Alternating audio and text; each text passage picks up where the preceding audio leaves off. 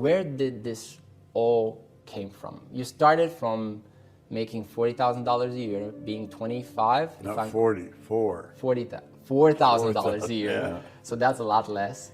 And what happened? So you were doing that, right? You were doing your thing. What shifted in your mind? What changed? A lot of things.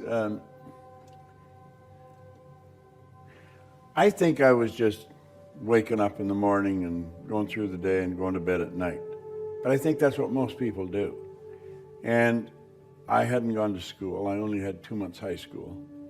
I never had a good job, but I couldn't hold a job. I wasn't a good employee. I would just do enough so I wouldn't get fired, but I got fired a lot. And I met a man, and Ray Stanford in Toronto, and I'm from Toronto. And he got talking to me, he said, why don't you change the way you're living? Well, you know, it never entered my mind that I could or that I should. I didn't give any thought to it. And in looking back, I don't think most people do. You know, people that are watching your material or that are familiar with me or my seminars, they're thinking of what they're going to do with their life. But they're in the minority. 90-some% of the population are lost, and I was. I had never done anything of any consequence. I was earning $4,000 a year. I owed $6,000. So, I mean, if I had taken all the money I earned for 18 months and paid debt, I would have just broken even. I'll tell you one thing I've learned. If your goal is to get out of debt, you'll probably stay in debt forever, because that's what you're thinking about. And I quit thinking of debt and I started to think of earning money. When you think of something, what you've done is you've flipped your brain onto a higher frequency. The very fact you can see it is all the proof you need to know you could get it. What you have to do is raise your level of consciousness to that frequency. And then you will attract whatever's on that frequency. You know you have a level of success that most people would wish for. Most people, I think most people, if they would envision the success that you have at the moment, or that most successful people have, they would say, if I would have that, I would not work again. What makes you get up every morning, going in your age, right, is not the same as being 25, it's not the same as being 30. What makes you, what's that purpose, that motivation inside of you that makes you wake up in the morning and work again and just inspire people? Well, people that will quit work and retire, they don't even understand who they are. We're not made for work. Work's made for us. Right. What we've got to do is find out what we love. And then you have to do it because you love it. And so age, time, space, nothing to do with it. Your mind is full of the idea. You get up, you wake up, you get up, you got to get going because you got places to go and things to do, people to see, because you're in love with an idea. See, when people quit, like 3 Feet from Gold, they weren't in love with that idea. They were going after the money. It wasn't the idea that motivated them, it was the money that motivated them. And that's why they quit.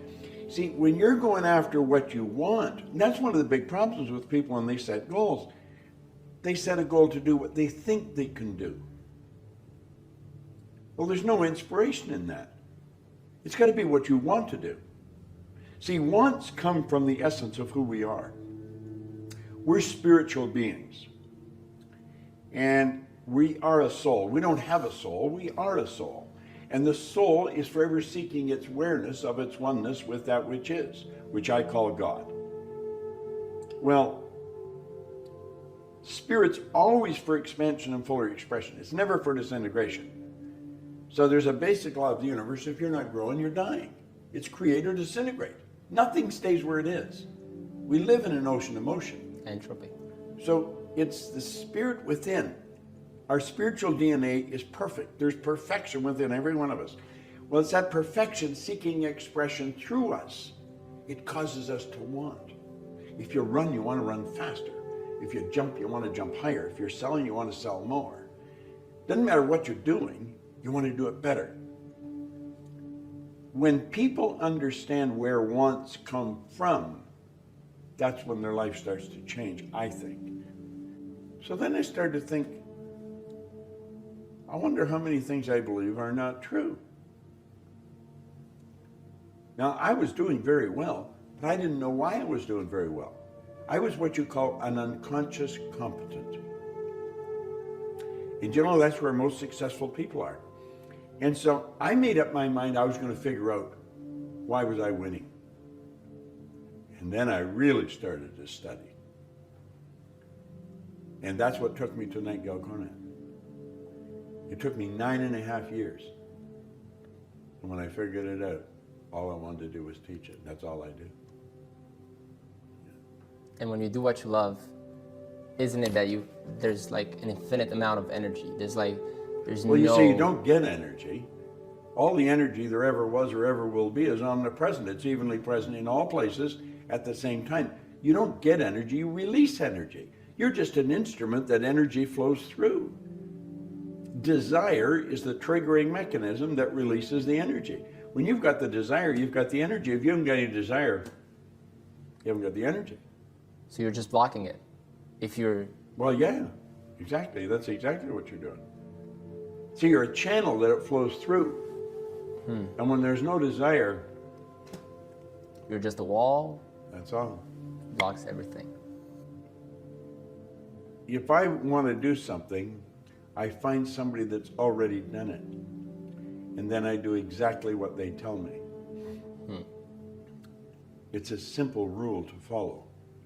I don't read novels. I don't watch movies. I'd watch documentaries or things like that where I can learn.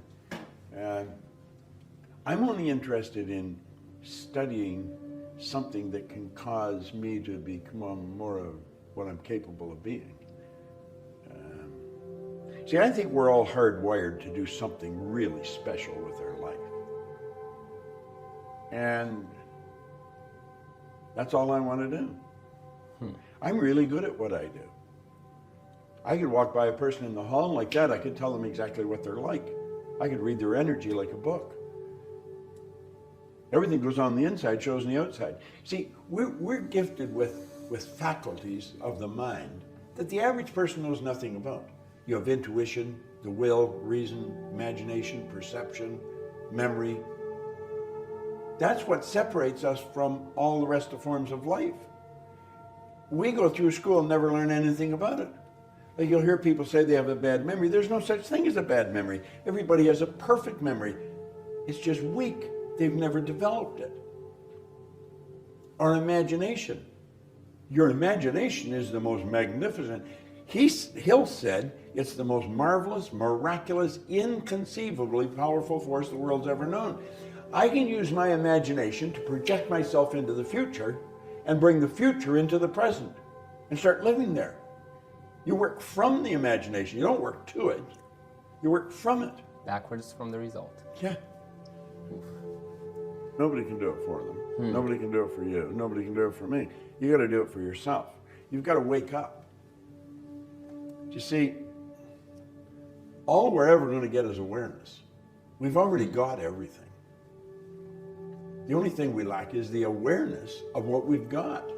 We're God's highest form of creation. There's nothing on the planet that will equal us. Well, that's all any of us are after. Most people that are teaching don't know what they're teaching. 80% of the people that teach have never done what they're teaching. What we've got to understand is we're trading our life for our goals. Literally trading our life. Would you trade your life for a car or a house? I don't think so. So it's got to be something really meaningful. And we're not taught to think this way. We should sit down and don't give any thought to where the money's going to come from, where the help's going to come from. It's what do you really want? Like Ed Hillary was a beekeeper in Auckland.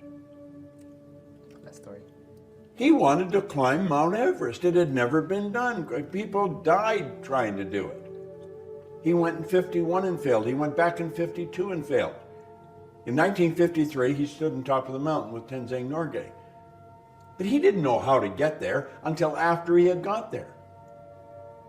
Edison didn't know how to illuminate the world until after he had done it. The Wright brothers were bicycle mechanics in Dayton, Ohio. No one believed you could fly. They had been trying it for years. But they saw it. But they wanted to do it. They didn't know how, and they couldn't tell you until after they had done it. Now, the first flight only lasted 12 seconds. And the naysayer said, yeah, but they only were up there for 12 seconds. They said, we not only got up there, we kept the damn thing up there for 12 seconds. So when a person sets a goal, they've got to say, what could I want? If I just let my mind just wander, use my imagination, how do I really want to live? That's what they should be doing. That's where it should start. And then don't listen to anyone that tells them they can't. Go to someone who has done something and ask them, what should I do? And then do exactly what the person tells them. Simple formula. It's not very difficult. If it had been difficult, I wouldn't have figured it out. Then what's stopping people? Ignorance. Ignorance. That's all the problems in the world come from ignorance.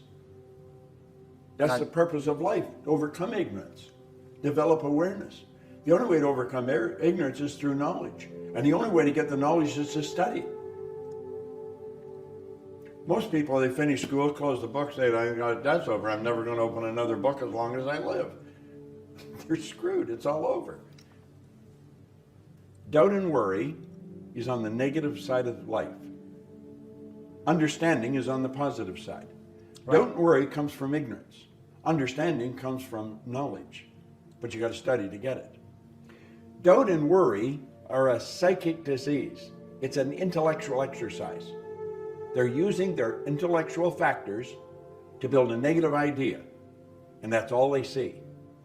They take and internalize that, and they get emotionally involved with it. It goes from doubt and worry to fear. They've emotionalized the doubt or worry. Turns into fear.